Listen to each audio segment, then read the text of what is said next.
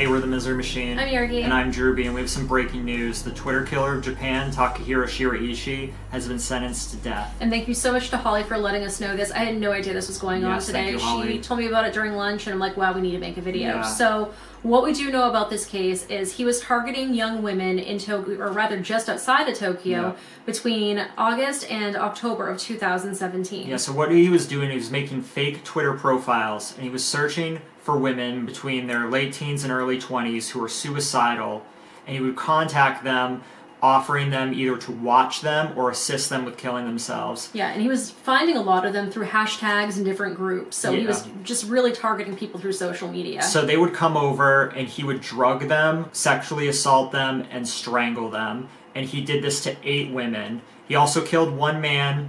However, this was a boyfriend of one of the earlier deceased who came over looking for his girlfriend.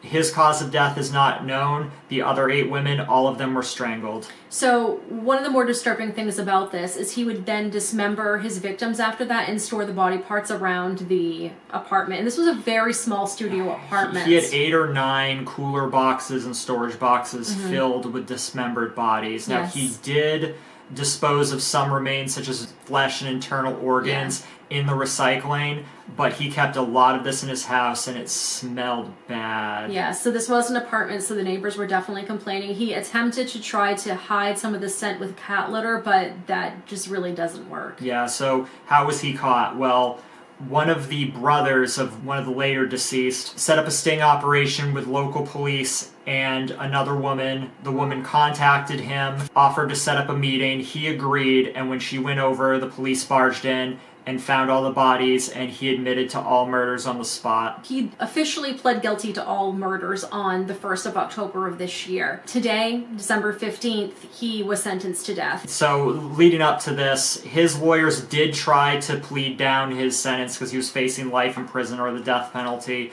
and they tried to argue that all these women were suicidal and that he was fulfilling their wishes.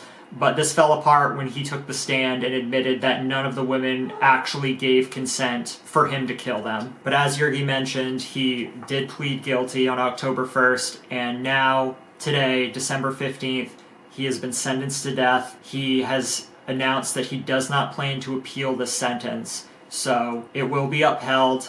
And no date was set for execution. This is quite common in Japan. Quite often, the media and the public does not know an execution takes place until after it happens. Yeah, neither does the condemned. They usually find out the day of. They find out in the morning when they're about to be executed. So that's all there is. If we get more updates, we'll do more videos about this. Hopefully, we'll be able to do an actual episode about this in the future. If you like this, please hit like and subscribe. We have a podcast called The Misery Machine. It's here on YouTube. It's on all other streaming platforms as well. You can check it out. And again, please hit like and subscribe so we can keep bringing you content like this. But until next time.